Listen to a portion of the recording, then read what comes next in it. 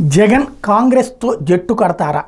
నిన్న మద్దతు ఇచ్చినటువంటి వాళ్ళల్లో ఎక్కువ మంది ఐఎన్డిఐ కూటమి వాళ్ళు ఉన్నారు కాబట్టి, ఏదైతే ఆమ్ ఆద్మీ పార్టీ ఐఎన్డిఐ కూటమిలో ఉంది, అట్లాగే అక్కడికి వచ్చినటువంటి వాళ్ళల్లో సమాజ్వాదీ పార్టీ ఐఎన్డిఐ కూటమిలో ఉంది, అట్లాగే ఇతరత్ర అనేక పార్టీలు ఐఎన్డిఐ కూటమిలో ఉన్నాయి. ఏఐఏడిఎంకే ఇంకా ఏ కూటమిలోనూ లేదు.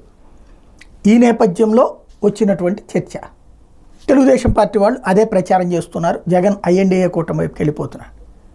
నాకు అవగాహన ఉన్నంత వరకు అట్లా వెళ్లకుండా చంద్రబాబు ముందే ఎత్తువేసేశారు.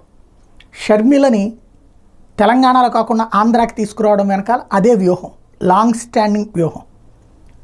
షర్మిల కాంగ్రెస్లో ఉండగా జగన్ కాంగ్రెస్తో ఎట్లా కలుస్తాడు, ఐఎన్డిఏలో ఎలా కలుస్తాడు? Number one.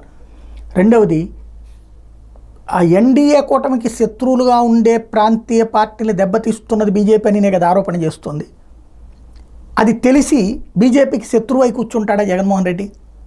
ఇంతకుముందు తెలుగుదేశం పార్టీ ఓడిపోయిన తర్వాత అదే బీజేపీకి సపోర్ట్ చేసుకుంటూ వెళ్ళాలా? ఇప్పుడు అదే చేసుకుంటూ వెళ్తున్నాడు. అయితే గీతే నాకున్న అవగాహన మేరకు నెక్స్ట్ ఎలక్షన్స్లో ఒంటరిగానో లేదా కమ్యూనిస్టులతోనో కలిసి పోటీ చేసి ఆ పైన జాతీయ స్థాయిలో కనుక ఒకవేళ ఐఎన్డిఏ కూటమి అధికారంలోకి వస్తుందంటే దానికి మద్దతు, అతని లెక్క ఎవరు అధికారంలో ఉంటే వాళ్ళకి మద్దతు ఇవ్వాలని. సెంటర్లో కేంద్రంలో ఉన్నటువంటి వాళ్ళకి మద్దతు ఇవ్వకుండా రాష్ట్రంలో పని నడవదు అన్నట్టు. కాబట్టి ఎన్నికలకు ముందు నిర్ణయం తీసుకోవాల్సినప్పుడు మద్దతు ఇవ్వడు అతను. ఇంతకుముందు కూడా ఇవ్వలేదు కదా బీజేపీకి, కానీ 2014 ఇచ్చాడు, లేకపోతే 2019లో ఇచ్చాడా? కేంద్రంలో ఉన్న పార్టీకి మాత్రమే ఇచ్చాడు, కేంద్రంలో ఉన్న ప్రభుత్వానికి, పార్టీకి కూడా కాదు. కాబట్టి ఉండకపోవచ్చు, బట్ ప్రచారం మాత్రం ఆ రూట్లో చేసుకొస్తున్నాడు.